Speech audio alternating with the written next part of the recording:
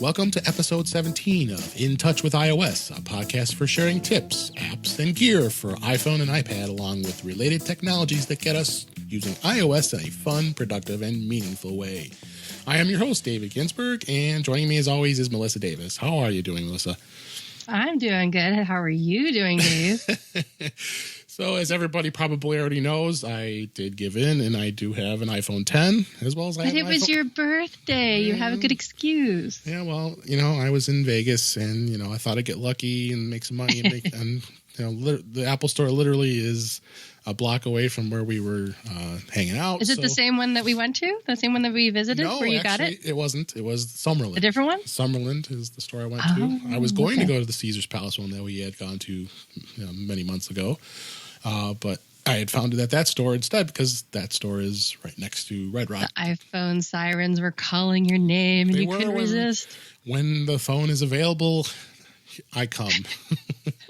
Well, I remember you saying last time that it seemed like it was the availability wasn't there. So which I had thought, and little I knew that all the stores were getting plentiful amounts of stock. So. Yeah, see, that's Apple's game. They underpromise and they overdeliver. Yeah, so I already had the 8 Plus, so of course that one needs to go up for sale. So that's another story.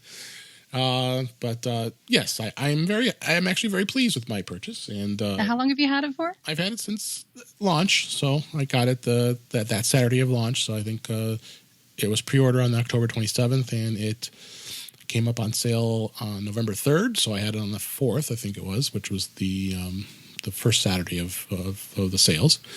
So it was a good experience at the Apple Store, which I'll tell you that, because I was able to put I pre-ordered it, and I was able to pre-order very easily. So I kind of feel good because people like Allison Sheridan and others who decided to go stand in line for 8 hours waiting for their phone. I know that's the fun thing to do, but that's the traditional thing to do. But I don't necessarily think it's fun.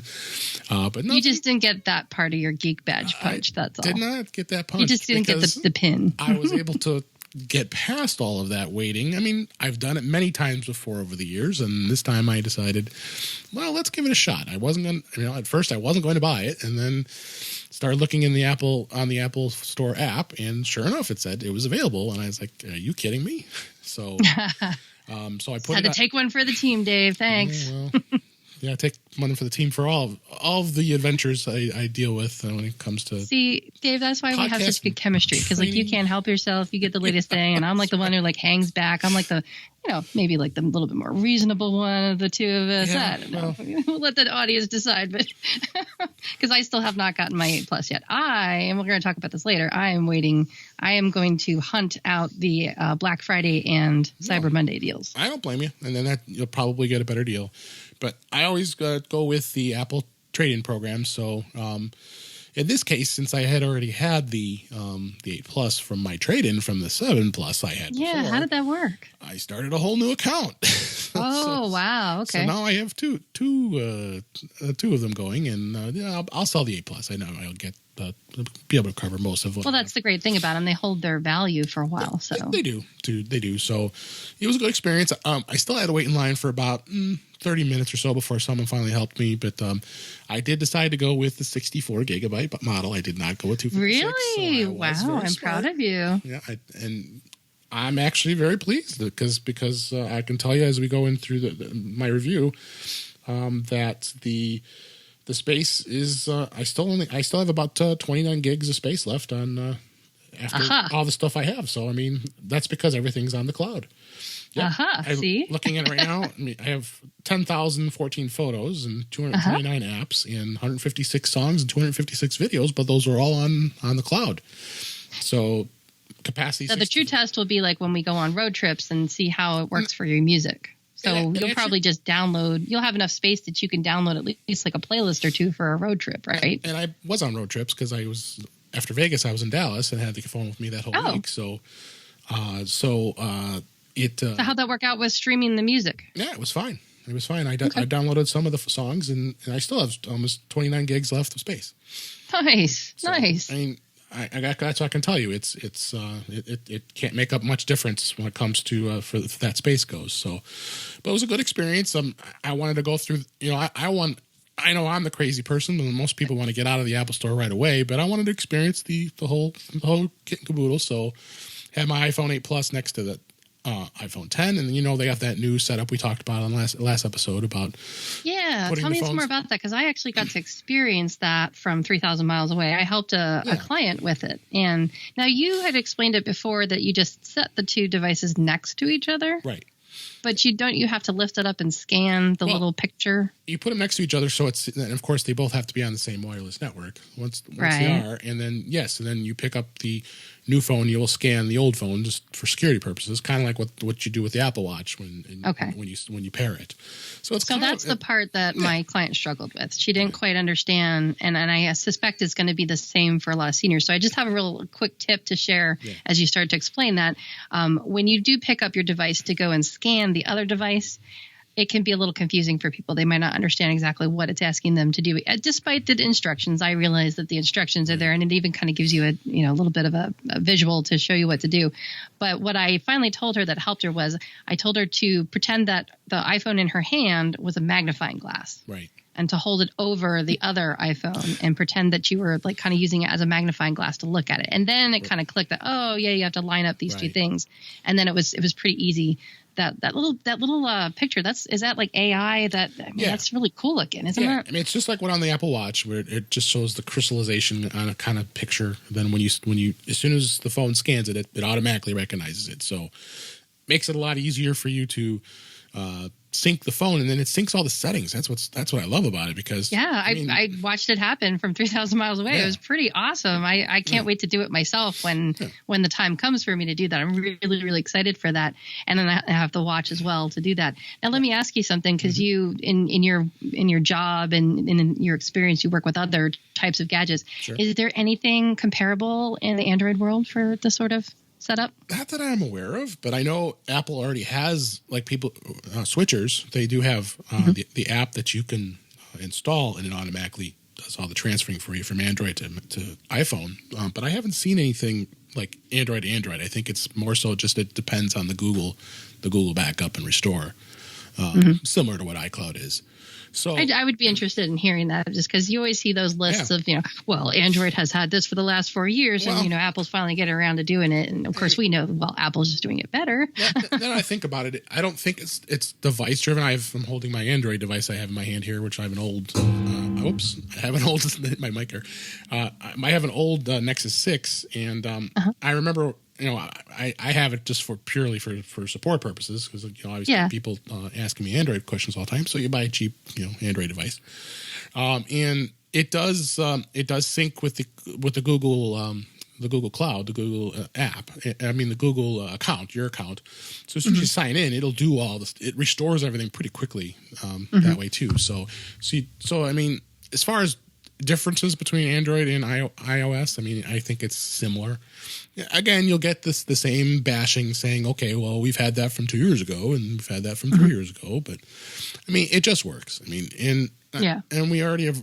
I don't have to tell everybody here is that a bunch of the differences between iOS and Android when it comes to the operating system, but yeah, basically Android, yes, has had something similar. I mean, we'll say just like they've had similar to Face ID, which I'll talk about in a minute here, and things like that. So, but yeah, as far as restoring goes, I mean, I think this makes it a lot easier, because you can do it manually. There is a button you tap and it says do it manually, and then you just have to go through the manual process of putting in your password, signing in and all that stuff. But even because it's secure, it brings over the passwords too, which is cool. Whereas, you've seen how you restore things before when you have all your email accounts, then you got to put your passwords in and all that stuff. So, but because it's secure, and that's really why it's scanning that, because it's providing an extra layer of security to make sure that is you and you're not stealing. Something. That's what I like about it. It does feel that much more secure. Yeah. So because anybody could go and enter in passwords and stuff, but the fact that you've got those two devices next to each other, Right. Just kind of gives you that extra sense of security. So I like that. Yeah. So besides it being available, that was kind of one of the reasons why you had originally decided to go with the iPhone 8 Plus instead, was you kind of felt like there was probably going to be short stock. And of course, surprise, Apple under promises and over delivers. And so you've experienced that now too. So what else kind of changed your heart from switching? Other than the fact that, being the early adopter, I give in on that part. Once I put the phones next to each other, I'm like, wow, what a difference. I mean, I'm holding both the 8 Plus and the 10 in my hands right now, and I see an incredible difference. I mean, the iPhone 10 is smaller. I mean, it is physically smaller than the iPhone, than the 8 Plus. It's closer to the size of an 8. It really is. It is. Actually. But it's actually, is it the same? It's only like a little bit taller than the 8. Just a little bit, not by much. I even put it next to a Samsung Galaxy S8 my brother-in-law had today when I was out, and put them on top of each other, and they're pretty much the same size as far as the physical size of the phone. And I think that screen is a 5.8-inch screen as well. Now, you've had the plus size for how many iterations now? Since the beginning. I had the 6 Plus, 6S Plus, the 7 Plus, and the 8 Plus, and now. So you've never had the 7 or the 8 or the 6? No, I haven't. So as far as the physical size, so you went from what was your first iPhone? First iPhone was the 3G. Okay, so you went from that to the plus size, and you've had the plus size ever since. Since it came out, right? Because 3G. Oh, yeah. See, 3G, I really, 4, really 4S, like 5, the form 5S. factor of the 8. Yeah. Which is, but I decided that I want to go with the 8 Plus because of the camera. The camera's and because I want to experience that screen size. But I have a feeling that in the future, and I'm talking like I'm just looking at my crystal ball and I'm, looking out because this is kind of how it is, and I'm kind of loyal and pretty consistent. I think probably in 2 years from now, when it's my turn to get an X or some kind of whatever iteration is out by then or whatever they call it, that I'm going to be happy to have that form factor back. So it kind of almost pains me. Like I really would like to stick with this 8 form factor. I would rather get the 8 as far as the size goes because I just really like the size. I like that I can do things one-handed. Right. But I've been trying to train myself to not stick it in my pocket anymore. Like I'm already training myself. I'm like, it's like boot camp. It's like training for the next size up. And now I told you my story before is that nothing goes to waste in this house. So I also have to kind of consult with my husband because it's going to end up being his phone. Sure. And so I keep asking him like, are you sure you're okay if I go to the plus size? Are you going to be okay, wielding that? And he's a big dude. I mean, you've met my husband. He's got really big hands. Yeah, and me too. I think he'll like it a lot better. Yep. But of course, he's really concerned about, well, okay, can I fit it in my pocket and, that sort of thing. And so because he likes to carry it. He wears cargo shorts a lot of times. He's a scientist man. So he's always got cargo shorts on. So I think it'll be okay for him. But it's a lot of glass, and it makes him nervous because we're both kind of klutzy. But anyway, so I think I have a feeling that, I'm excited to hear that you like that form factor because, I'm sitting here thinking, well, I could have told you that, Dave. But it's just a wonderful medium size. Yeah, the grief of selling this other one, but that's okay. But I have both of them next to each other. And you know what? I will share a photo in the show notes of both phones next to each other because I took a photo of it, of course, right away. And you look, and you definitely can see that the screen is bigger. I mean, it takes a full size screen to that. And you look at both of them because of course, the 8 has the grids around the edges, like we've been used to forever. Whereas this one's edge to edge screen. So I mean, definitely the screen size makes a huge difference as far as that goes. And definitely the display in itself is the OLED display, and you definitely see it. I mean, I'm looking at it now again here. It's just the crispness of the image is incredible. Now tell me about the display. I have this burning question. I keep hearing people say about how they want the piece of paper peeled off. What is that about? It looks like paper. I don't think it does. I'm not sure what they would be talking about. I mean, I've heard a couple of people mention that when they went to get their iPhone 10, they asked the genius or whatever that was setting out for them, okay, well, can you peel that label off or can you peel that piece of paper off or something? They thought that there was something extra on the screen. And even Dave said, Dave Hamilton of Mac Geek App said he felt the same way too. Like, that's your screen. So you don't feel that? You don't notice that? I don't really feel that much. No, I mean, it's other than the normal plastic that's on every iPhone when you buy it that you peel off. I mean, I don't see anything out of the ordinary. I'll have to go back. What's different about the screens? Are the blacks just blacker? Is it more crisp? It's crisper. There's no question. Okay. I mean, you see crisp. The display is very crisp, and you definitely see a difference in the quality of the screen compared to. Now, are we still calling this Retina?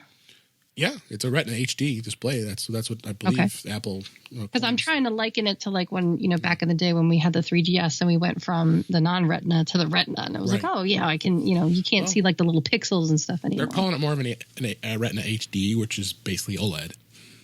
Which is the other the iPhone 8 Plus is not. As far as that goes. So why do you think it's taken Apple so long to start using OLED instead of what did we have before? Like what Apple does, they take their time in putting in the technologies they think is best for their products. I mean, I think, great. Samsung's had all these things for the 2 years, but Apple took its time. I mean, and Apple really has the market now with iPhones, and most people are adaptable when it comes to this. So I think that they decided to sit tight with that and see. It's like the old adage. Well, do you want it done or do you want it done right? Yeah, exactly. That's why I think I get along so well with Apple, because I do. I like to take my time. I like to craft things and hone them, and I'm a perfectionist. I can't help myself. I mean, that they've got things they're in their box ready to go for the next year, the next couple of years. I mean, they've got stuff in the pipeline, but they're still perfecting it. I mean, we'll talk about the HomePod in a little bit as far as its delay. So I mean, that just tells you there's some stuff they're still working on. So, but let me. I'll just give you the deep end of reason what made me change my mind is just more so, like I said, it was available. I gave in on that sense of it. And I could have easily said, you know what, this isn't for me, and I could have returned it. Not easily. I mean, but me. Yeah, that would have been easy for you. That would have been very hard for me to do, and I chose not to do it. But there was only one way to find out. There was only one way to find out, and I mean, when I pick up this 8 Plus, I remember this phone. This is great. It's a nice phone. And I'm not going to say that the iPhone 10 is for everybody. I mean, obviously the cost is a big factor because you can get an 8 Plus for 64 gig for about $250 less than an iPhone 10. Now, for me, it doesn't matter much because I'm on the iPhone trade-in program. So I finance it for a year and then I trade it in and get the next new model. So it's more or less I'm leasing the phone, I guess, or you're renting it if you really want to call it that. But there are people who decide, you know what, I'm just going to sit tight. I just want to pay the phone off and I want to keep it for 2 years. I still think that that's the best deal out there as far as if you're going to finance the phone versus purchasing it outright. Now, granted, you can go in and buy a 7 right now and probably spend $550 or $600 depending on the model, which is a heck of a lot less in price. I mean, it really depends on your budget as far as where it goes. I mean, I'm looking at the value and the longevity of it, which is why I'm going with the 8 Plus, because I have to consider the hand-me-down value. Because like I said, nothing goes to waste in this house. So I could save money and just turn around and get a 7 or 7 Plus, and then I'd have the same exact model that my mother-in-law has and that my father-in-law has, and that would be great, but it's not going to last as long as an 8 Plus would. So that's why I'm going with the 8 Plus. So I'm kind of on the I'm not personally, I don't think a 10 is for me. It's still kind of too new. I have like the opposite reasons, I guess you could say. That's what's good about this podcast is we can kind of weigh it out, and we have two different perspectives on it. So I'm interested in, hearing more and more about it as you use it, and we can compare and contrast between the two devices, and then everybody will have a really well-rounded discussion on it. Now, speaking of comparing, there's a lot to get used to with this phone. I could tell you that right now. I can imagine. The first thing, no more home button. Okay, so that's going to take you a lot of time. That would blow my mind. Yeah, I mean, swiping up is your friend when it comes to the iPhone 10. So if you remember before, when you would be over on your third or fourth page, and what was the thing you'd do? You'd tap the home button, then it moved over to your home page, right? Right. Well, okay. So on the iPhone 10, in place of that, in iPhone 10, which of course it's got the floating bar at the bottom, you swipe up and it automatically brings it over to the home page again. Now, so it's all gesturing now. It's gestures. There's not as much hardware button pressing. It's all mostly gesturing. No physical touching at all. Now, the same thing is when you have an app open, it has a bar at the bottom. That's the bar that's just your friend to tell you, okay, I have to swipe that up, and that closes the app. So, well, not necessarily closes it. It brings you back to the page that where all your apps. So, on an iPhone 10, you swipe up, but on an iPhone 8, that brings up Control Center. Correct. because you're swiping up. Yeah. Whereas to get to the control center on the 10, it's at the top right, which of course you have the bar everybody's complaining about. The notch. The notch, I should say. I'm sorry. Yes, yeah. People are. I'm not seeing it because there is an app that Apple actually amazingly approved. It's called Notch Remover,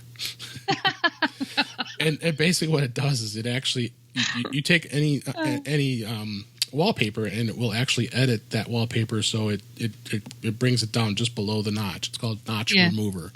Oh my gosh. So I'm looking at it right now and my wallpaper is just below. I can set it just below the notch so you see it and then you see the time and the battery and all that stuff and that's all you see. So it looks uniform.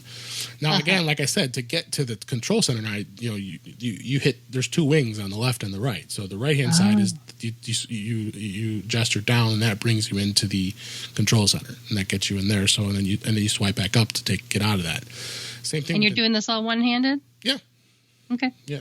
So I can bring it down and it hasn't been much problem at all, and it's and then the same thing on the left side brings you to the notification center and being able to get into there as well. So and that's those are probably the biggest things, and I mean there's a lot more I can go over, but I'm thinking just going to keep it to some of the key things that are different with this. Now again, the same thing with Face ID versus Touch ID. I'm blown away about how accurate Face ID is. I mean, when I turn the phone on, I mean, I keep my phone at bedside, which I'm sure many of us do. Mm-hmm. And I have it plugged in charging, and then I want to pick it up and take a look. And 3 times in the middle of the night, I'm thinking about something to text you, so I text it. So, and when we're talking about our show, but the thing is, because of the ambient light that the phone radiates when it brings it up, it sees my face. Because it's okay. Now let me ask you about that. So you're like, kind of sleepy. You're like, oh my God, I got to tell Melissa something. And I'm like, oh my God, I got to text Dave something. Oh shit, I hope I didn't wake up his wife, but he knows better to keep his phone on silent, right? So I'm going to text him something. So I bring up the phone and it's like, wow, even though I have it, I have the brightness turned down as much as possible. What's that experience like on an iPhone 10? Is it gentle? Is it bright? Does it wake you up? Does it, I have the low power mode on, so it even has the reduced light, but it's bright enough so that I can see it. But the thing is, when you open up the phone, you have the power button at the side. You can before I should say on the 8 Plus and others with the home button, you would tap the home button to get it to unlock. Of course, on here you tap the screen and then scroll up, and there's a padlock at the top, and it'll spin around. And if it doesn't see your face, then it's going to ask you to enter a passcode. So you don't touch a hardware button. You actually tap the screen. Tap the screen and scroll, and then swipe up. And then swipe up, and then it looks for your face. It unlocks it. Now, what do you think? What is it looking for? Like, if you're in the dark like that, is it just lighting it up enough to see, because I know there's certain sections of your face that it's looking for. Is it primarily focused on your irises? Because everybody has individual irises. It's looking for the whole shape of your face, and it can see all that in that small amount of light. Yep, and that small amount of light, because in the notch that the Face ID sensor is in there. And you can go from side to side and hold the phone in different angles, and it still will pick up your face. It's just incredible. I mean, and it illuminates your face a little bit, right? In the dark, it seems like it does, because I've done it many times where the brightness was bright enough that it unlocked with my face. I mean, all right. Now tell me this. Could you? Now I know we're not supposed to do this, but I'm just using it as an example. Sure. Let's say you're out watching, the new Marvel movie or something, and you're in the movie theater, and you gotta text me something. Yeah. Is there any stealthy way to get into your phone?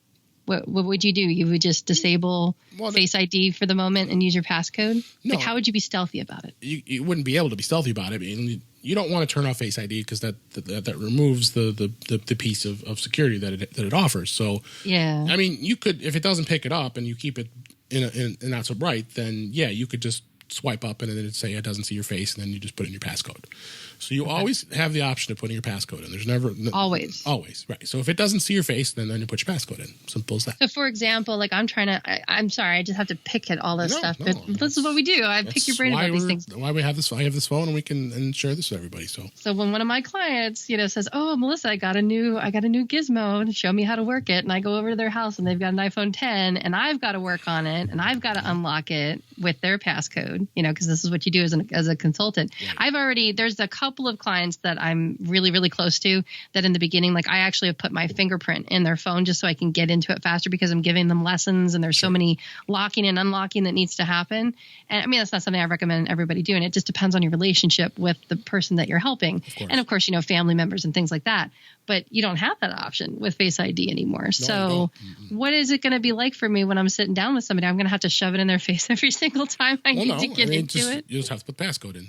Okay. And that's probably good for the tech support piece of it because passcode's fine. You still can get into the phone. So what do you have to do to get it to throw up the screen to put in the passcode? Do you have to just keep tapping it, or in the motion when you're turning the phone on when it's in standby mode, you just tap the screen, the blank screen. And the lock will come up, and then you swipe up. Now, you can do it in two motions because usually what it'll do is once you you could tap, swipe up, and it'll unlock right away. And I just did that. And that's not going to interfere with Face ID and make it, I don't know, degrade the experience somehow for the person if we're constantly helping somebody with it and having to put in the passcode. Not at all. So that's the beautiful thing about Face ID. It just works. And I mean, I'm using 1Password. 1Password has the Face ID. Oh, that's got to be awesome. Yeah, you see the Face ID icon come up, but boom, it's open. And I just did it, and it's incredible.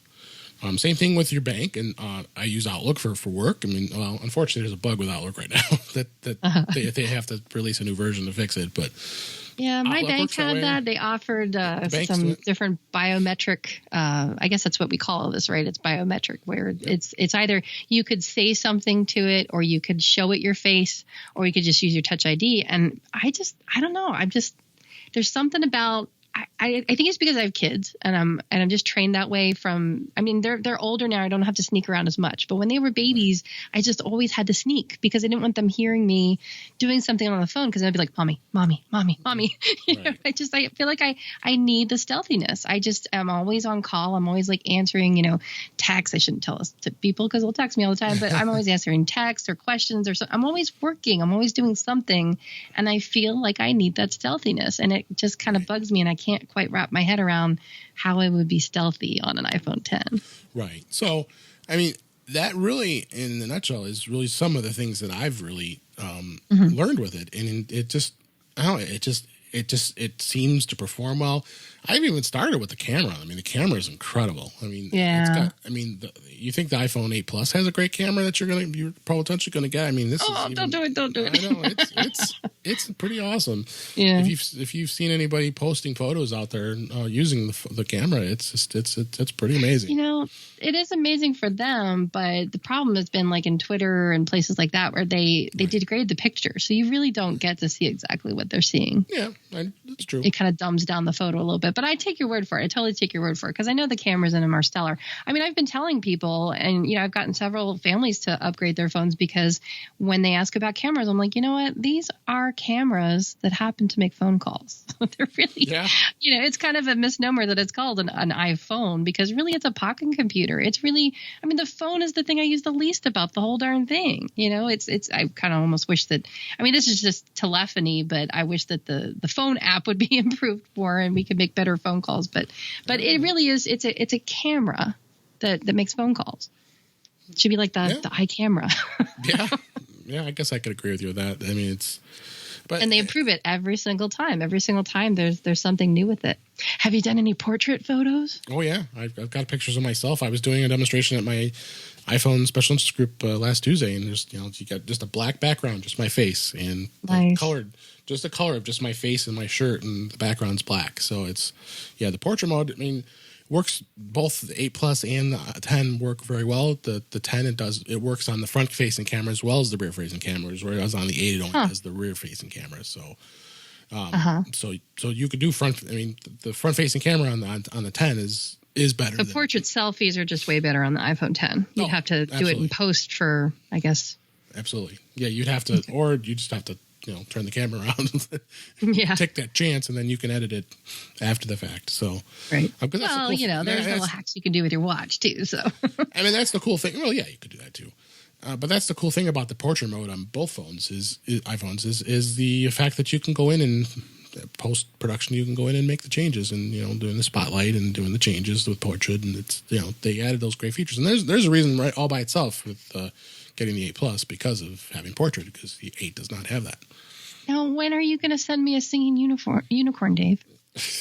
I haven't gotten one yet. Reminding me of that. What's up with that, dude? I thought I did. I do it. I've sent it to everybody else, but I got to send it to you. Well, will I be able to? I'll be able to see it on my dinky little 6 Plus or my 6S, right? Anybody can see them, and okay, yeah, just can't make them. The animojis are pretty incredible, I must admit. I will have to send them. Maybe I should sneak you one you can chuckle as we're talking here, because I could be talking to you and you actually could see it. So, okay, it is. It's pretty incredible. We could put that in our show notes, couldn't we? Yeah. Can we? Can we post it? What is it? A video? A GIF? Or what? No, it's a video. I mean, it's a 10-second video that. Let me see. That's the upper limit, right? 10 seconds. Right, and let me see if I can do it while I'm talking here. And then, of course, the icon looks like a monkey, and then you can pick anything from a monkey to a fox to a robot to a dog, an alien, and of course, there's the dreaded piece of poo. Right. Let's see. What should we pick for? I think I want a unicorn. I'm going to request a unicorn. All right. So they're my favorite. I'm talking to you right now in my mic. I'm going to record it, and let's see if I can open my eyes and talk to you. And I've got my messages open. And it's really, I'm opening my mouth, I'm moving my face, and you're going to see it, and done. I'm going to send it to you, and you're going to hear my voice because it was recording. It not only does it record, it also records my face motions, and I can move around, I can talk, and it should now have it. I got it. So you didn't know anybody with an iPhone 10 that I completely. What was I thinking? I should have sent those to you. I want you to record one specifically for In Touch with iOS. Well, what would happen if I sent you a recording? Could you play it? Can I make one on your phone? You mean on the iPhone 10? Yeah, like if I sent you a voice recording, what would happen if you did that and we're listening to my voice? Yeah, no, it records. We should play with it sometime. That would be fun. Yeah, anybody can do it. I mean, you have to be in front of the phone. You have to be in front of the phone with the camera and talking to you. As I talk to you here, I still see my mouth opening and some of these characters do better with your eye openings than others. Like the panda, I can.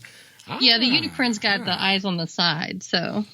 And then the alien, it actually when I open my eyes wide, it actually pops up the head.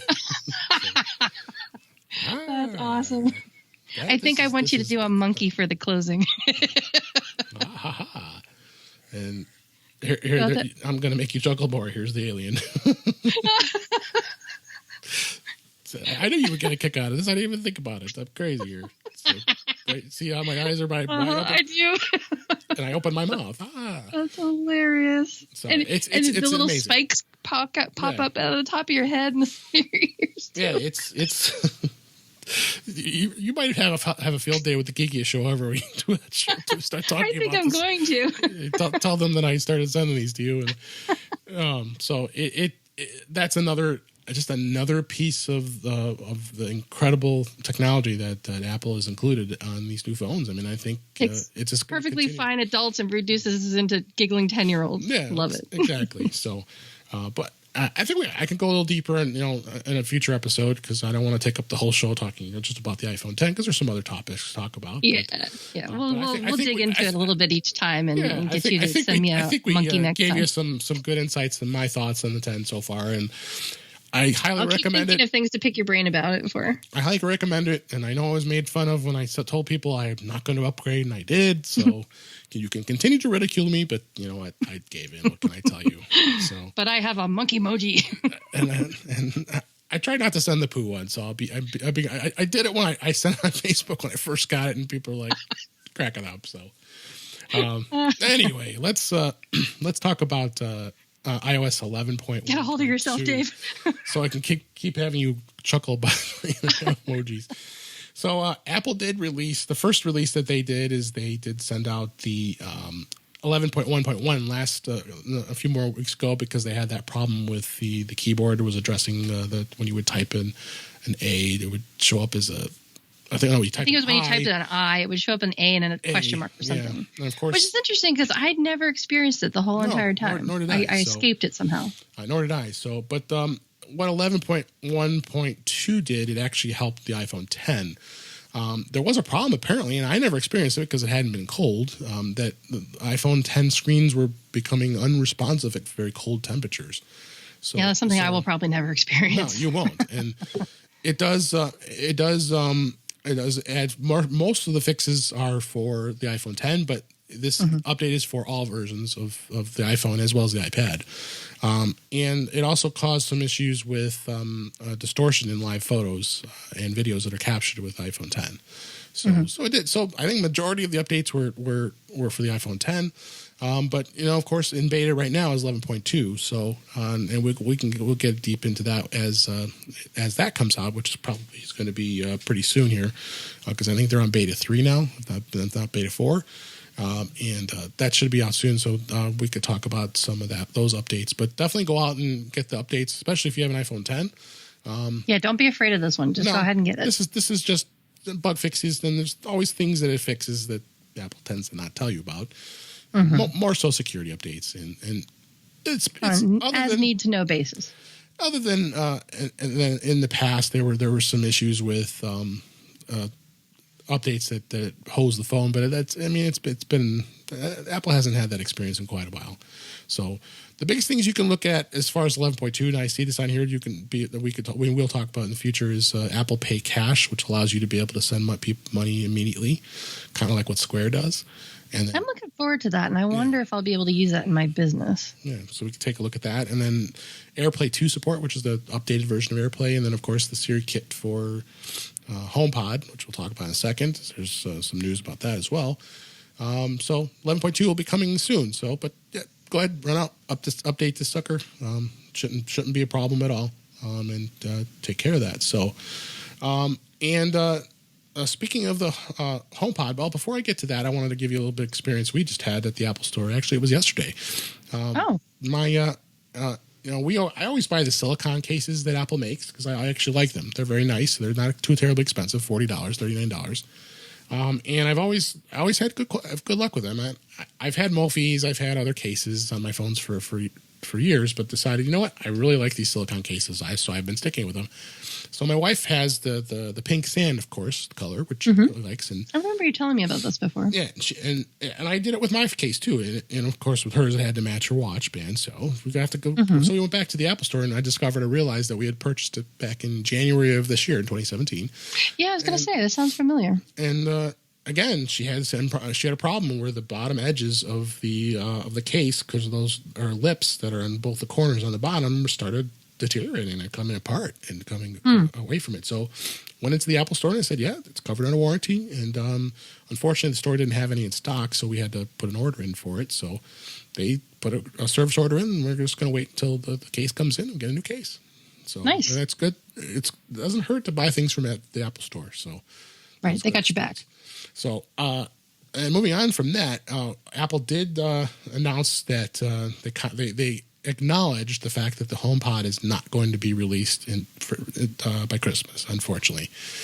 More so because I think they've got some issues they got to clean up with Siri. So it's going to be interesting to see where this HomePod goes, because Amazon, as far as they've done with their Echo device, and I've got an Amazon Echo. We've talked about that before. And they've come out with new versions. They've got out now, and it looks like the pricing is a lot more inexpensive. You can buy an Amazon Echo for $150, and looks like they're doing more and more things to make things even smarter. And the thing is, I think Siri is not ready to handle the HomePod, and I think that's really the biggest thing that this article says. We'll put in the show notes that the speaker is just not ready yet.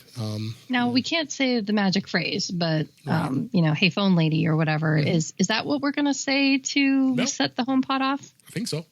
That's going to be interesting, because I was watching a show a couple of nights ago, and the person on the show said the magic phrase, and it set off one of my kids' phones. Same thing with the Echo. You say it, and they can have battles. You can. I've seen seen a video where people have the Google Home and the Echo next to each other, and they battle. They talk to each other. Yeah. Yeah, so and then you'll throw a HomePod in there, and that'll just be a party. So yeah, I mean, I think it was smart that Apple did it. People are probably bashing this now. Be not surprised at all. Yeah, of course, rightfully so. I mean, they should, because Apple. But like we just said at the top of the show. I mean, they take their time to perfect things. So when stuff isn't ready, and then it's not ready, they have their reasons for it, and they're usually pretty good reasons. So I'm not going to get all up and out of shape about it. Yeah. So just so we note that, and I think the other thing you noted is that Apple did release a new video, a new ad, I should say. Yeah, I thought this was really, really cute. It's the iPad Pro, What's a Computer? Yes. And it shows a young girl riding her bicycle and taking the bus and doing all these things. And she's taking her iPad Pro to all these different places and doing all these different things. And it's called that. It's really cute because at the end, like the little neighbor lady says, "Oh, what you doing on your computer?" And she goes, "What's a computer?" It's just really, really sweet. I thought it was really well put together. So we have a link to it in the show notes, and I encourage you to go check that out, especially for people who are maybe on the fence about, well, do I really need a laptop, or, should I maybe just get an iPad? And for some people, there's just so much of a learning curve that it really depends on the person's needs. I'm a very holistic type of person. I really, really encourage people to think about what are the needs, what are the tasks that you really want to accomplish, and then consider that there is going to be a bit of a learning curve, and it is pretty easy for a lot of people, but for some people it's a bit of a challenge. So this just is one of those things that kind of illustrates all of the stuff that you really can accomplish with just an iPad. And we say it's just an iPad because it's kind of a smaller form factor than a laptop, but it's so much more than just an iPad. No, I agree. And I love my iPad, and I think iPad definitely has its place to become your full-time computer. And I can say that because I did a presentation on MacStock. Yeah, you lived it. I lived and went through it and talked about it. And back then, it still was near its border, whether it is or it isn't. But it's getting there. It really is. I mean, if I weren't a consultant, if it weren't my job to help people learn how to use all these different things, and Macintoshes including, I probably would just be an iPad and iPhone user, and that would be it. Yeah, exactly. But it's, I'm the Mac mommy. Come on. I don't think I can't see my life without a Mac. That's just how I am. I love Macs. There's always going to be things that creatively I want to do on a Mac. I could do it on an iPad, but I want to, and I enjoy doing it on a Mac. Unless, maybe I don't know. I mean, the price is still pretty comparable. I mean, the prices are coming down on both of them, and an iPad sometimes is almost about as much or the same or more than a laptop, depending. So, there's always going to be those choices, and that's what I really enjoy out of it. And the Mac's not going anywhere. We've talked about that before. Yeah, In the enterprise, in the consumer world, I mean, it's here to stay. I'm not even worried about it. So it's really just your choice, and that's what's great about having a choice. So let's talk about, Black Friday's coming up here pretty soon. It is. And it's always my favorite time of year, and my bank account starts to get lower and lower because I start looking at, hey, this is a great deal. Let me buy it. Why do I need this? But there are some great deals out there. One of them notably, and you'll talk about we have a bit of a list here. The one that does stand out, especially for Apple products, is B&H. B&H Photo, which is an incredible store. I mean, it takes up, I think, 4 or 5 city blocks in New York City. Oh, have you been there? I have not, but I want to at some point. Yeah. And it's insane. It'd be like the IKEA for geeks, I imagine. Yeah, pretty much. But I wouldn't want to buy anything there because then I'd have to pay sales tax because when we buy things, pretty much all over the rest of the country, other than if you live in New York or New York State, you have to pay sales tax. So we do not have to do that. So I actually found a link which was a pretty good link. It was like a buying guide, choosing the right Apple product as a gift for you or your significant other or even somebody else. And it had a lot of great ideas of what Apple products are out there and what you'd like to purchase. So.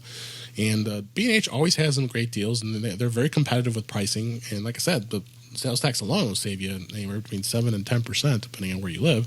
I've told you before, I think that they're even competitive with not only the education discount that we get, because like I think I've explained in the past that there's a lot of extra hoops now that you have to jump through that you didn't have to jump through before.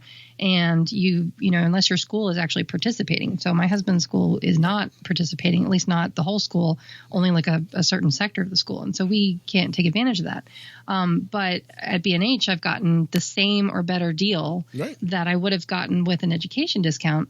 And not only that, I have been, remember a couple podcasts ago, we talked about how you can subscribe to the refurbished deals. Yep.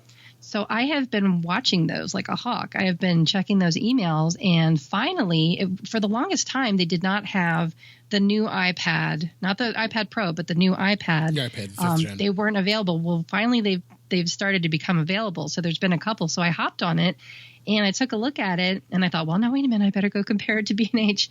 Well, now B&H has it for less than you can get on a refurbished. Now, of course, you know, the refurbished comes with, you know, the same warranty and everything, but you can get a brand new one for like a couple dollars less because you don't have to pay the sales tax and the shipping is free. Yep. So, you know, getting a refurbished is fine, but maybe getting a brand new one is a little bit better. So that's what I was thinking. So I'm waiting for that. Now, I don't know if there's going to be any Black Friday sales on the iPad itself, and there may not be.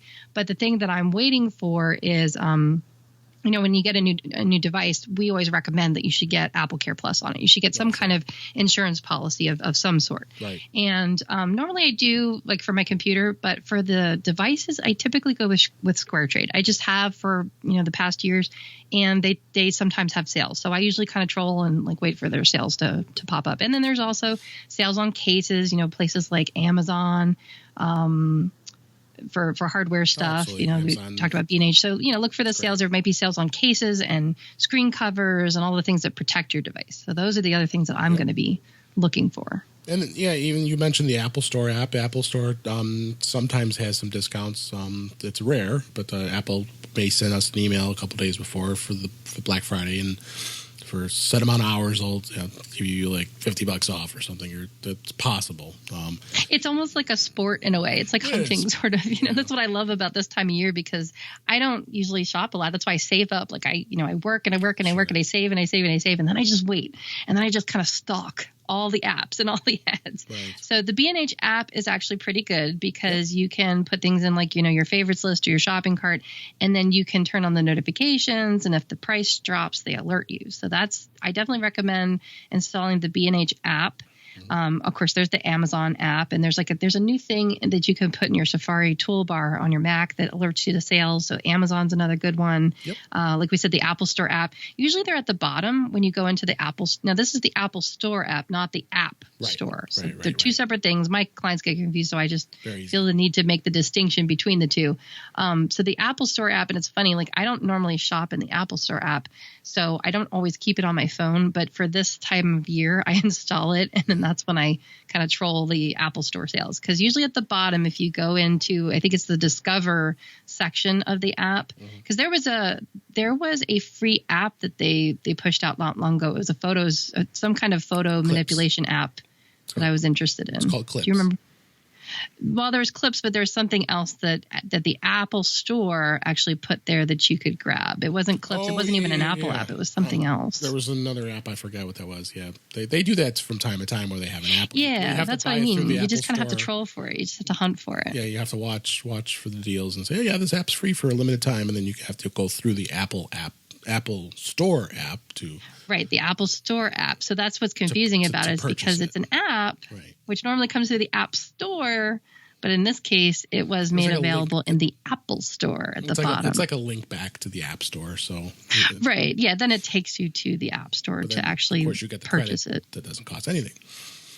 Right, but you have to kind of know, follow like things like from our Twitter feeds, and have friends who are in the know and that sort of thing. And usually people are like, "Hey, go check this out." And so that's how I found out about it. No, absolutely. So the Apple Store app is a good app to have this time of year to troll for sales, and then of course the App Store. Now this is going to be different this year, isn't it, Dave? Because this is like the first Black Friday that we've had the new App Store layout. With the new design. Yep. Mm-hmm. Yeah. So you're going to have to be constantly checking the Today tab, if you want to call it, the games, apps. The Today section is usually where you kind of scroll around, and that's where they have the game of the day, the app of the day. That's where I imagine this will be interesting to watch this year, because I imagine that's where they're going to have the sales and let you know, I don't know if they're just going to pick one or if they're going to have multiple ones. Like maybe they'll have like a whole Cyber Monday section or something. That remains to be seen. So that'll be interesting to watch out for. And then we have some apps that we kind of use. Like I use one called App Shopper. Now I'll mention this at the beginning because App Shopper, I used to love this app, back in iOS 7, 8, 9. And they have not, so just with a caveat, it's a great service that you can subscribe to, but the app is not updated for iOS 11. So if you have iOS 11, you won't be able to install it. Right. And it's more of a social app. That's why it's called say this 10 times fast, App Shopper Social.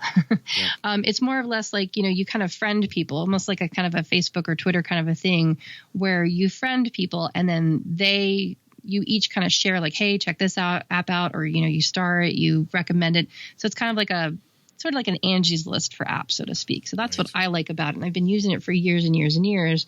And even though I don't use the app on my iPhone anymore, I subscribe to the email. And so I get emails pushed out once in a while that tell me when apps have gone on sale. It's not the best quality of apps, but for someone who really likes to, I'm looking for an app that does this or that, it's something to kind of keep your eye on. And it's nice to get an email when there's a whole litany of apps that have gone on sale. And so that's probably one that's going to get pushed out. And then there's another one that I use. This is a good one for if you, like, let's say there's an app that you really want, but it's maybe expensive, or you just kind of want to see like what the development is on it. It's called App Zap. Yep. And that's one where you can actually look for Mac apps as well as iOS apps, and you can set yourself some notifications for when apps go on sale or when they've been updated, those sorts of things. Because sometimes there's an app that, maybe I really, really love this app, but it hasn't been updated in so long. And so you go and you delete it. Remember a while ago we were talking about how iOS developers were told, you got to update your stuff because we're getting rid of, 32-bit or whatever it was. And so I delete some of those apps. Well, some of those apps have finally been updated. And so AppSap is a good thing to let you know that, hey, this app that you really loved, well, they finally got around to updating it. So you can go back and install it again. So that's good so that one's called AppSap. And then you like one called App Advice. Yeah, App Advice has been around for quite a while. Our friend Jeff Butts from Mac Observers, he does a lot of writing for that site. It's a website, and plus they have an app, and they keep on top of all the apps that go free. Is probably one of the biggest things you could save some money on, as well as talking about other apps and saying how great or not so great the apps are. And that's another good site that we'll have in the show notes as well. I think we covered like 3 big places right now that really, for as far as apps goes and shopping. Target's another one. I got my Apple Watch there last year. Yeah, Target always has great deals on Apple products. It's pretty awesome, and we always send it out to the Apple user group all the time. Is we're always sending out savings costs to our group. So Target seems to always have something like whether it be an Apple Watch or an iPhone or an iPod Touch or any Apple product that they sell. They tend to have some pretty good deals on. They actually beat out B&H last year for the Apple Watch. I was kind of surprised about that because I had actually I pulled the trigger and purchased one on B&H, and then I got a notification from Target. I was watching one, and theirs went even lower. Right. And plus, I could just go drive there, and that was even with sales tax because I still have to pay sales tax. But it's right around the corner for me. So my kid and I, and it was Black Friday, and it's against my religion to go out on Black Friday. But for that night, it was late at night, and I was even sick that time too. Yeah. But it was such a good deal. It was such a good deal. And they had it ready to go. And that was one of those beautiful things where, kind of like with your iPhone where you pre-ordered it, I was able to pre-order it within the app using Apple Pay. I mean, it was just all like literally a touch of a button. And I love the new way when you buy something with Apple Pay and it goes bling. Oh, yeah, I love that. It's so satisfying. Sometimes a little bit too satisfying. It was a little dangerous at times. But so I did that, and I grabbed my son because he was so excited. He was so badly wants an Apple Watch, and just the fact that Mommy was getting one, it was so exciting for him. And so we hopped in the car in our pajamas and went around the corner to Target. We waited till the crowds died down and everything. It wasn't all that bad at all. Sure. But that was the first and only time I've ever been out on Black Friday, and it was worth it. Yeah, if you go later in the day, I mean, I've done that. It's not so bad. It's just those crazy people at 4 or 5 in the morning that they're waiting in line for those amazing deals. They're amazing. What they have, they're willing to get trampled, I guess. So 5 on hand when you get there. Yeah, so take it from us. Check out those deals and those sale places, and happy sale hunting. Yeah, one thing I mentioned is you just talked about using the Apple Pay on the iPhone 10. You do have to double tap the power button to make purchases. on the app. Yeah, I was going to ask you. Now there's a volume up and down button, and then there's the side button. That's it as far as hardware buttons are concerned. Correct. Right. So there's no more home button. So yeah, I was going to say, like, there are certain tasks that you still need the physical button for, and so that's one of them. So Apple Pay, you have to. Is it a double push on the side button? It's a double tap, and it actually comes up on the side, and it lines up right next to the button. It says double tap here. Yeah. And to invoke Apple Pay. So does it say double click or does it say double tap? Because it says double click. It says double click. Yeah, I saw someone post a screenshot. I was like, double click? That doesn't really make sense because you double click a mouse. You don't really double click. Yeah, but you're double clicking this button. Yeah, I guess that would kind of make sense. It would be like a push. You push a button, you press a button. You don't really click a button. I just did it, and my credit card came up as soon as I did it. So that's how you invoke the Apple Pay, so that you're ready to make a purchase now. And then to invoke Siri is the same thing. Sorry, we're going off tangent here, but you hold the button, then Siri Siri enables. This is about you. No. This is about you and not me. But they did that because it's a similar action that you make on an Apple Watch, right? Because you use the side button similarly. Exactly. So anyway, we go back on the iPhone 10 there. I didn't mean to do Stop that. Stop us now. But you mentioned the Siri and the Apple Pay, so just so everybody knows that when you do have an Apple or an iPhone 10, you have to do that. Yeah, gotta be looking for that side button. It's not all 100% gestures. There's a couple of little things that you have to know. So those are little important details. Yeah. So, we talked about a lot today. And I think it's probably time to call this to a close. I think it's time to put a bow on it. Yes, let's do it. So I will say thanks for listening, and we hope you are more in touch with iOS after hearing this episode. Subscribe to our podcast in your favorite podcatcher, and show your friends how to look us up in iTunes. And we look forward to bringing you more useful information in future episodes. I'm David Ginsburg, and you can find me on Twitter at DaveG65. And I'm Melissa Davis, and you can find me online all over at the Mac Mommy. And any closing thoughts before we close? More emojis, please. We'll have some fun here. So all right. We appreciate you listening. Thanks for listening. And